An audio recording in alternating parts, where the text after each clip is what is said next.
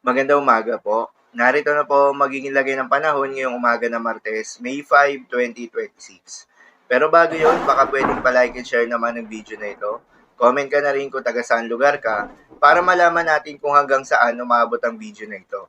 Huwag mo din kalimutan na mag-follow at mag-subscribe sa ating Facebook page at YouTube channel.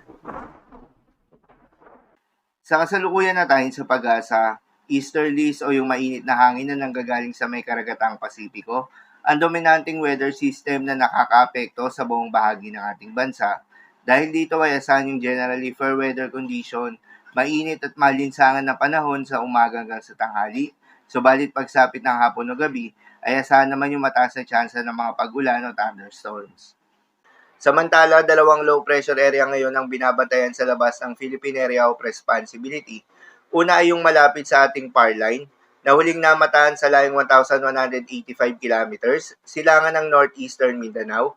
Base sa datos ng Pag-asa, hindi naman inaasahan na lalakas ito bilang isang bagyo, subalit asahan na papasok ito ng Philippine Area of Responsibility sa mga susunod na araw at magdadala ng mga pag-ulan sa may Visayas at Mindanao.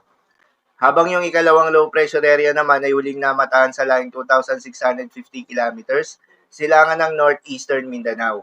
Base naman sa datos ng Pag-asa, nasa medium chance na ito o nasa katamtaman na maging sangganap na bagyo within the next 24 hours. Kikilos din ito papalapit ng ating bansa at inaasahan na papasok ng Philippine Area of Responsibility mga bandang weekend. Subalit sa ngayon ay hindi naman nakikitaan na lalapit ito ng ating bansa at inaasahan na magre-record ito. Para sa magiging development pa nito, patuloy lamang na magantabay sa mga update nating ilalabas, lalo na ng Pag-asa. Para naman sa heat index forecast, narito yung mga lugar na posibleng makaranas ng matinding init ngayong araw. 44 degrees Celsius sa may Dagupan City, Pangasinan at Mambusaw, Capiz. 43 degrees Celsius naman sa may Aborlan, Palawan, Viraca, Catanduanes, Iloilo City, Iloilo, Dumangas, Iloilo at Borongan, Eastern Samar. Habang 42 degrees Celsius naman sa may Lawag City, Ilocos Norte, Bacnotan, La Union, Tugigaraw City, Cagayan, Iba, Zambales, Baybay, Leyte, Surigao City, Surigao del Sur, Hinatuan, Surigao del Sur, at Butuan City, Agusan del Norte. Ang mga nabanggit na lugar ay nasa kategory ng danger level na kung saan posible itong magdulot ng mga heat cramps o heat exhaustion. Kaya naman iwasan muna ang mga gawain na posibleng magdulot ng heat stroke at ugaliin na uminom ng tubig at magdala ng payong kung sakaling lalabas ang inyong mga tahanan. Para naman sa magiging lagay ng panahon ngayong araw ng Martes, dahil pa rin sa epekto nitong easterlies, asahan sa Zamboanga Peninsula at Palawan, ang maulap na kalangitan na may kalat-kalat ng mga pag-ulan at thunderstorms. Posible ang mga pagbaha o pag-uho ng lupa due to moderate to at times heavy rains. Habang sa Metro Manila at nalalaming bahagi pa ng ating bansa, ay asahan naman yung bahagyang maulap hanggang sa maulap na kalangitan na may kalat-kalat ng mga pag-ulan o thunderstorms na dulot pa rin ng easterlies.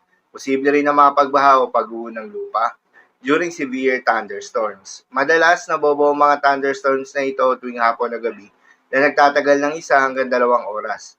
Kaya naman ingat sa mga posibleng banta ng pagbaha at pag-uho ng lupa, lalong-lalo na sa mga lugar na inuulan na noong mga nakaraang araw pa.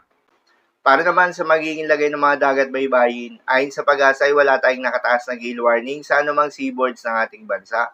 Kaya naman malayang makakapamalaot yung mga kababayan nating mangingisda at yung may mga maliliit na sasakyan pandagat, subalit iba yung pag-iingat pa rin, lalo na kung meron tayong offshore thunderstorms activity. Asahan yung paglakas ng hangin at kaakibat nito ay pagtaas rin ng mga pag-alon. So yun lamang po para sa lagay ng panahon ngayong araw ng Martes. Keep safe everyone.